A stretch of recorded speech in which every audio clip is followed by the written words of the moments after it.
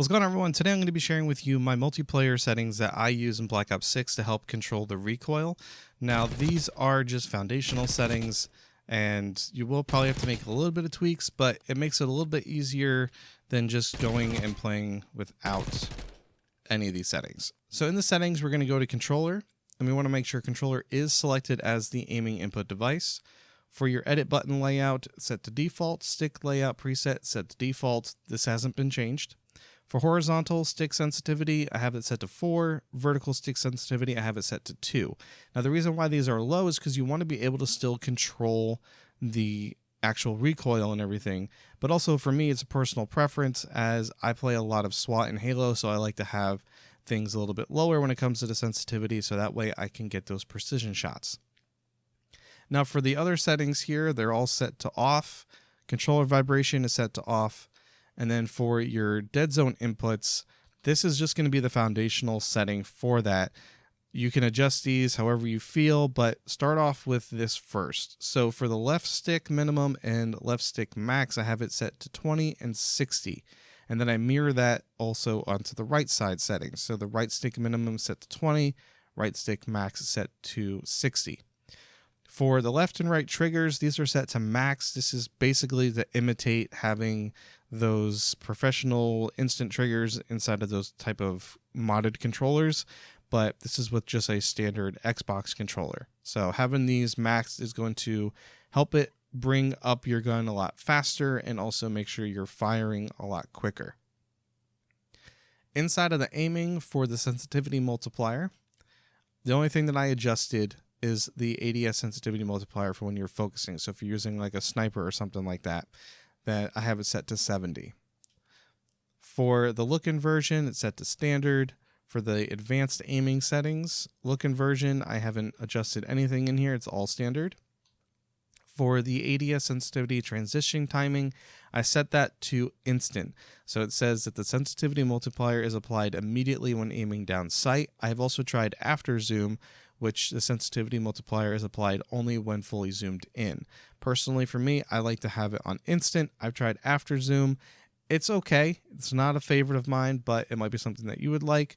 I tried gradual, but I don't really care for it all that much. But again, try out all three of these and see which one works for your playstyle. For the third person ADS correction type, I have not changed this one. I left it on assist. And then for the for the aim response curve type, I have it set to dynamic, which is ideal for more experienced players. Fast starting movement that slows down to the aiming rate, reverse S-curve mapping, as it says. So for me, I had set that curve to 0.18. I've tried 0.20, 0.25, and 0.30. I say try out the 0.18 and then bring it up if you feel like you need to, but bring it up in small bursts, not a huge chunk. And then for the custom sensitivity per zoom, I do have that on, and this is what I currently am using.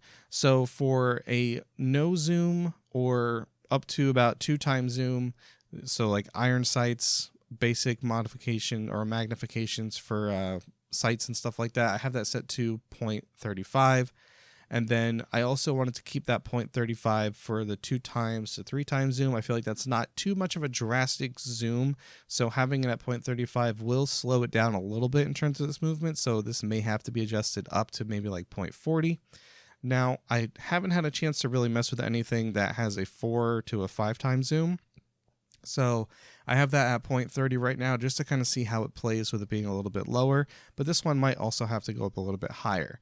Now, I do have a sniper unlocked, so I have tested out the sniper, and that's why I have the 7 times or the 6 times zoom all the way up to the high zoom set right now as placeholders of 0.45. It does feel decent at 0.45, but once I unlock more things, I'll probably adjust these a little bit. But again, placeholders, adjust things as you go. For the target aim assist, under aim assist, I do have that on.